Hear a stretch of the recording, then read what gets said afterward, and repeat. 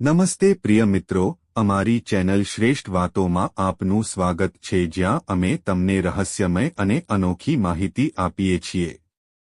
આજે અમે એક એવી માહિતી લાવ્યા સવી કે જે ઘરમાં બિલાડી પોતાના બચ્ચાને જન્મ આપે છે ત્યાં શું થાય છે અને બિલાડી તેમને જન્મ આપવા માટે કેવા પ્રકારનું ઘર પસંદ કરે છે. તમે કદાચ જોયું હશે કે દુનિયાના ઘણા ભાગોમાં લોકો બિલાડીઓને પાલતુ તરીકે રાખે છે. પરંતુ ભક્તો, આજે અમે તમને એવી વાત કહેવા જઈ રહ્યા છીએ જેનો તમે પહેલા કાળજીપૂર્વક વિચાર કર્યો ન હોય. જે ઘરમાં બિલાડી પોતાના બચ્ચાને જન્મ આપે છે ત્યાં શું થાય છે. આજકાલ કૂતરા અને બિલાડીઓ પાળવી એક ફેશન બની ગઈ છે. તમને દરેક બીજા કે ત્રીજા ઘરમાં કોઈને કોઈ પાલતુ પ્રાણી જોવા મળશે. પરંતુ ભક્તો, શું તમે ક્યારેય વિચાર્યું છે કે કૂતરો કે બિલાડી પાળવી ખરેખર શુભ છે કે અશુભ? આજે આપણે જે સત્ય શીખવા જઈ રહ્યા છીએ તે દરેક માનવી માટે સાંભળવું ખૂબ જ મહત્વપૂર્ણ છે, કારણ કે તે આપણા શાશ્વત શાસ્ત્રોમાં મૂળ ધરાવે છે. શાસ્ત્રો કહે છે કે આ દુનિયામાં ભાગ્યે જ કોઈ એવું ઘર હશે જ્યાં બિલાડી ક્યારેય ગઈ ન હોય.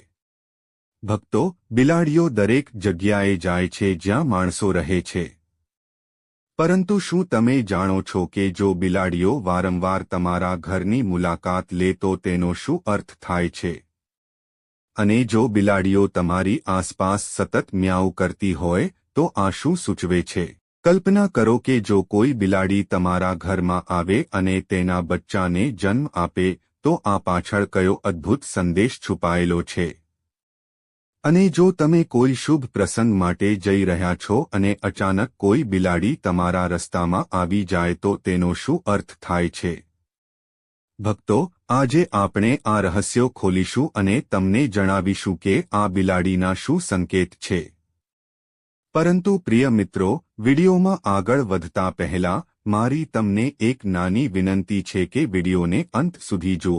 તેને બિલકુલ ચૂકશો નહીં, કારણ કે આ માહિતી ખૂબ જ કિંમતી છે અને વિડીયોને અન્ય લોકો સાથે શેર કરો જેથી અન્ય લોકોને પણ ફાયદો થાય. અને હા મિત્રો, વિડીયોને એક સુંદર લાઇક આપો અને જો તમે માતા લક્ષ્મીના સાચા ભક્ત છો, તમે માતા લક્ષ્મીનો પ્રેમ, સ્નેહ અને આશીર્વાદ મેળવવા માંગો છો અને તમે ઈચ્છો છો કે માતા લક્ષ્મી તમારા ઘરમાં નિવાસ કરે અને તમે માતા લક્ષ્મીને પ્રસન્ન કરવા માંગો છો, તો કોમેન્ટ બોક્સમાં જય લક્ષ્મી માતા લખવાનું ભૂલશો નહીં અને વિડીયોને ઝડપથી લાઇક કરો અને તમારી પોતાની યુટ્યુબ ચેનલ શ્રેષ્ઠ વાતોને સબસ્ક્રાઇબ કરવાનું ભૂલશો નહીં જેથી તમને શક્ય તેટલી વહેલી તકે આવી માહિતી મળી શકે. અને હા પ્રિય મિત્રો, જુઓ, વાત એ છે કે અમે ફક્ત સલાહ આપી શકીએ છીએ, તે અમારું કામ છે.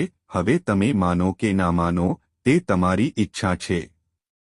પણ મિત્રો, હું એક વાત ચોક્કસ કહીશ કે જો તમે માનો છો તો તમારી નૈયા પાર થઈ જશે. આ વિડીયોને અંત સુધી જોયા પછી તમારે કોઈ પણ પ્રકારની સમસ્યાનો સામનો કરવો પડશે નહીં. બાકી તમારી ઈચ્છા છે. તમે પોતે ખૂબ સમજદાર છો. તો પ્રિય મિત્રો, ચાલો આપણે વધુ વિલંબ કર્યા વિના આ વિડીયોને શરૂ કરીએ. આપણા જીવનમાં કયા શુભ પરિણામો લાવે છે. ભક્તો, જેથી તમે બિલાડીઓના સાચા સંકેતો સમજી શકો, કારણ કે તે ફક્ત પ્રાણીઓ જ નથી પરંતુ ઘણીવાર ભવિષ્યની ઘટનાઓના આશ્રયદાતા હોય છે. ભક્તો, બિલાડી એક માંસાહારી સસ્તન પ્રાણી છે જેની સાંભળવાની અને ગંધ લેવાની શક્તિ અદ્ભુત રીતે તીવ્ર હોય છે. તે એટલી સંવેદનશીલ છે કે તે ઝાંખા પ્રકાશમાં પણ, રાત્રિના અંધારામાં પણ સ્પષ્ટ રીતે જોઈ શકે છે. બિલાડીઓ લગભગ 9000 વર્ષથી મનુષ્યોની સાથી રહી છે. તેમનું કુદરતી આયુષ્ય આશરે 15 વર્ષ છે. આપણા શાસ્ત્રોમાં ભગવાન વિષ્ણુએ કહ્યું છે કે દેવી લક્ષ્મી તે ઘરમાં આવે છે જ્યાં બિલાડી તેના બચ્ચાને જન્મ આપે છે. પરંતુ ભક્તો, આમાંથી કેટલું સાચું છે અને કેટલું ફક્ત માન્યતા છે? આજે આપણે આ રહસ્યની ચર્ચા કરીશું. તે એક જૂની વાર્તા છે. પ્રાચીન સમયમાં એક સ્ત્રી એક શહેરમાં રહેતી હતી. તેણીને એક દીકરો હતો. પણ તે જન્મથી જ અપંગ હતો. તે પથારીમાંથી ઉઠી શકતો ન હતો કે એક ડગલું પણ ચાલી શકતો ન હતો. માતાનું હૃદય પોતાના દીકરાની હાલત જોઈને દુઃખથી ભરાઈ ગયું. દિવસરાત તેણી તેના ભવિષ્યની ચિંતા કરતી હતી.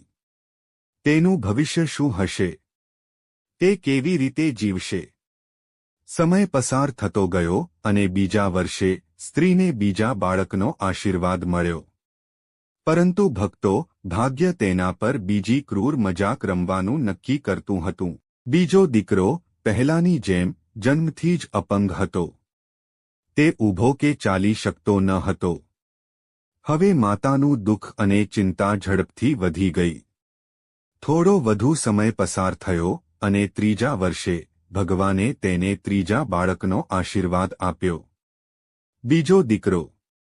પરંતુ ભક્તો, આ વખતે પણ એ જ વાર્તાનું પુનરાવર્તન થયું. ત્રીજો દીકરો પણ સંપૂર્ણપણે અપંગ હતો, ચાલી શકતો કે ઉઠી શકતો ન હતો, ફક્ત એક માસૂમ બાળક પથારીમાં પડેલો હતો.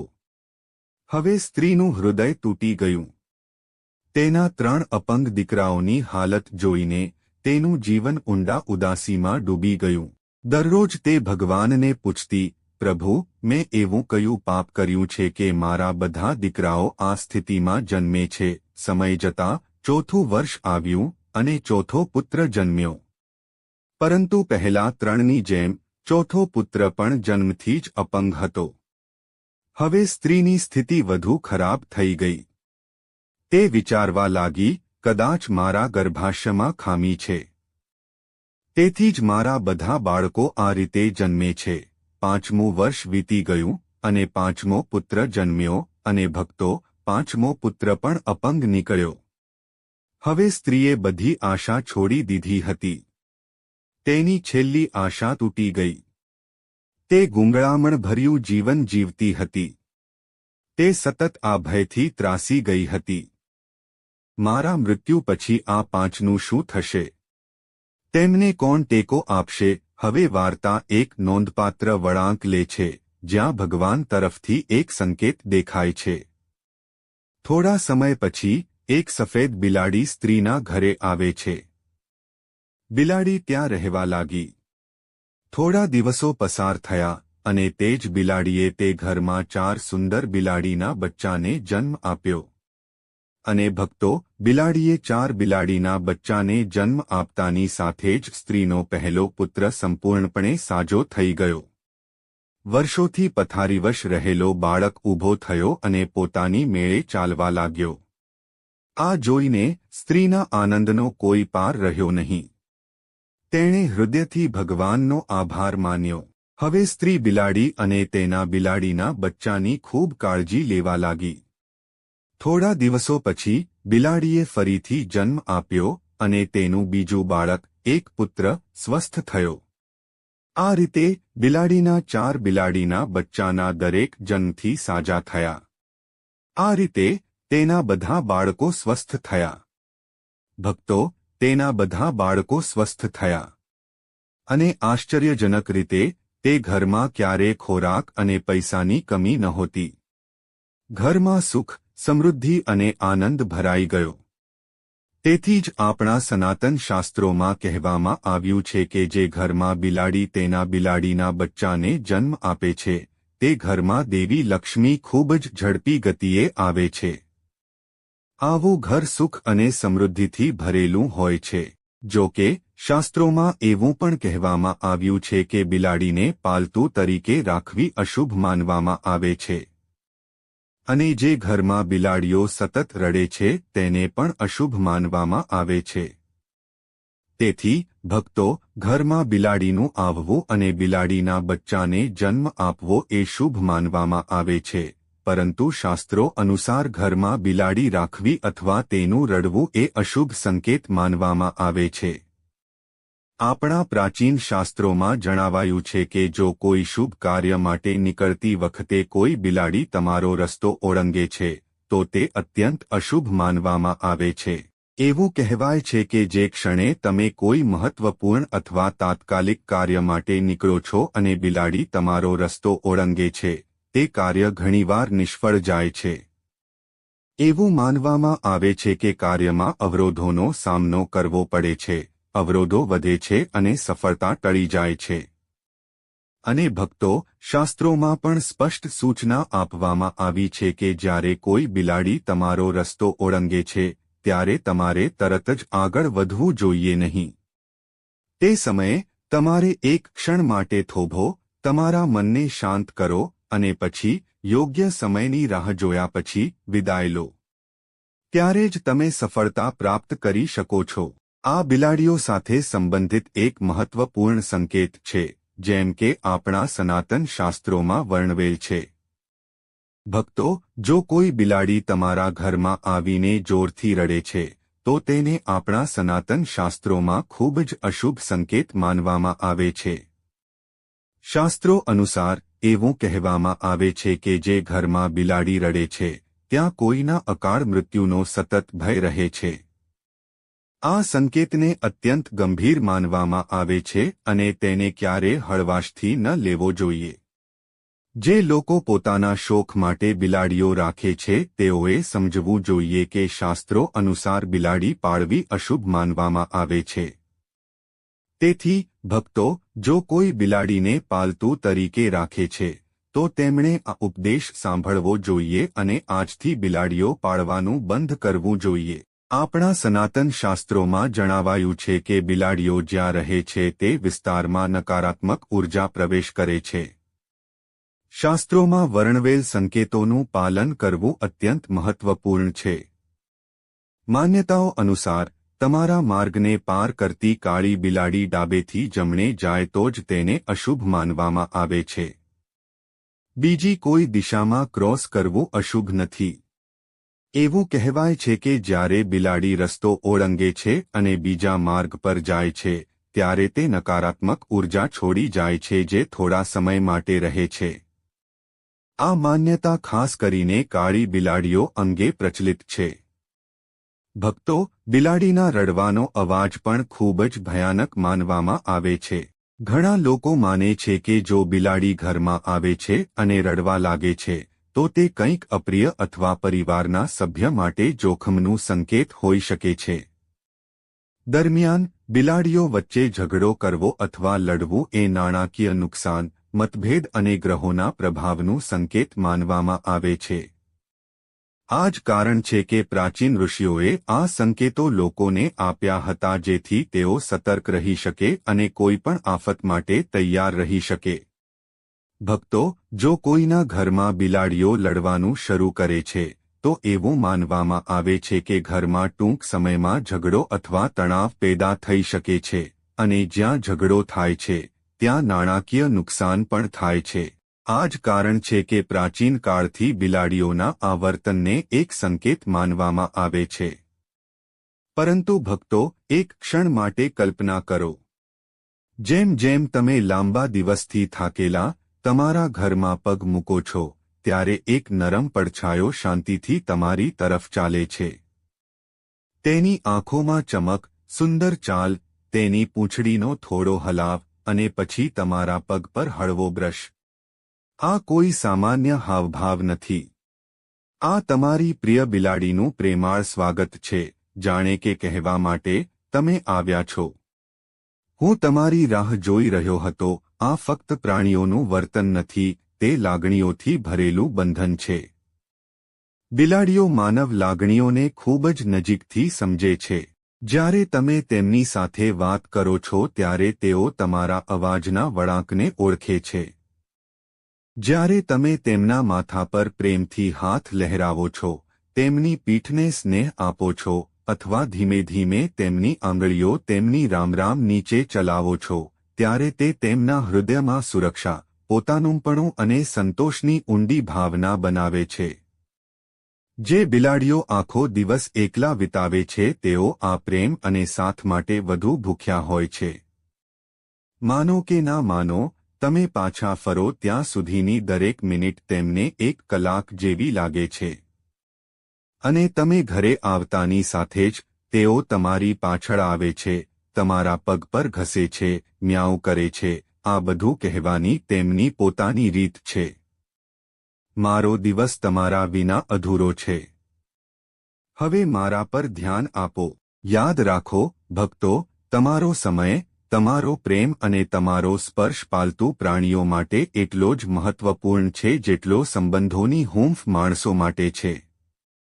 તેમને ફક્ત ખોરાક અને આશ્રયની જરૂર નથી. તેમને સ્નેહ અને તમારી હાજરીની જરૂર છે.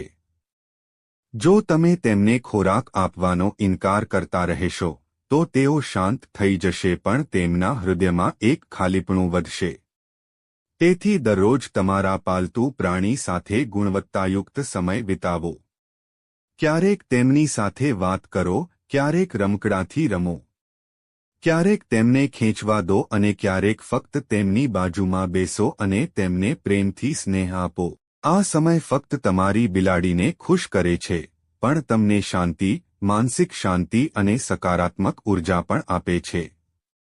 આ, ભક્તો, માનવ અને બિલાડીઓ વચ્ચેનો અનોખો બંધન છે, જે શબ્દો વિના બધું જ વાતચીત કરે છે. ભક્તો, અને હા, ભોજનનો સમય એક તહેવાર છે, બિલાડીઓ માટે ઉજવણી છે. ભૂખ લાગતાની સાથે જ તેમના મીઠા મ્યાઉ બોલાવે છે. રસોડા તરફ તમારું થોડુંક પગલું તેમના માટે આશાના કિરણ જેવું લાગે છે. ક્યારેક પરિવાર જમવા બેસે કે તરત જ બિલાડી શાંતિથી આવીને નજીક બેસે છે, જાણે કહેતી હોય, મને પણ ભૂલશો નહીં. હું આ પરિવારનો ભાગ છું. ભક્તો, સત્ય એ છે કે બિલાડી ફક્ત એક પાલતુ પ્રાણી નથી.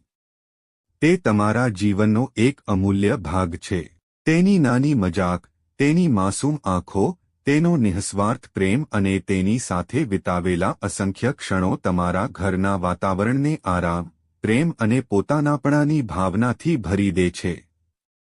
જ્યારે તમે તેની આંખોમાં જુઓ છો, ત્યારે એવું લાગે છે કે તે શાંતિથી બધું સમજે છે, તમારી ખુશી, તમારી ચિંતા, તમારું દુઃખ અને તમારી એકલતા પણ. યાદ રાખો, તમે બિલાડીને જે પણ પ્રેમ આપો છો તે ક્યારેય વ્યર્થ જતો નથી. દરેક દિવસની દરેક ક્ષણ, તે તમને પોતાની રીતે ચૂકવે છે. ક્યારેક શાંતિથી તમારી બાજુમાં આવીને બેસીને, ક્યારેક તેના નરમ મ્યાઉ કરીને, ક્યારેક તેના મીઠી દેખાવ દ્વારા, તમને એવો અનુભવ કરાવે છે કે તમે તેના માટે દુનિયા છો. પ્રિય મિત્રો, તમને આ વિડિયો કેવો લાગ્યો, અમને કોમેન્ટમાં જણાવો. જો તમે માતા લક્ષ્મીના સાચા ભક્ત છો, જો તમે માતા લક્ષ્મીનો પ્રેમ, સ્નેહ, આશીર્વાદ મેળવવા માંગો છો અને માતા લક્ષ્મી તમારા ઘરમાં નિવાસ કરે અને તમે માતા લક્ષ્મીને પ્રસન્ન કરવા માંગો છો, તો વિડિયોને ઝડપથી લાઇક કરો અને તમારી પોતાની યુટ્યુબ ચેનલ શ્રેષ્ઠ વાતોને સબસ્ક્રાઇબ કરો અને કોમેન્ટ બોક્સમાં ચોક્કસપણે જય લક્ષ્મી માતા લખો. મિત્રો, આ બધી માહિતી જનહિતને ધ્યાનમાં રાખીને આપવામાં આવી રહી છે. તમારી શ્રદ્ધા અને માન્યતા પર જ્યોતિષ અને ધર્મના ઉપાયો અને સલાહ અજમાવો. વિડિયોનો હેતુ ફક્ત તમને વધુ સારી સલાહ આપવાનો છે. અમે આ સંદર્ભમાં કોઈ પણ પ્રકારનો દાવો કરતા નથી. મિત્રો, જો તમને વિડિયો ગમ્યો હોય તો ચોક્કસ લાઇક અને સબસ્ક્રાઇબ કરો. આભાર. જય શ્રી કૃષ્ણ.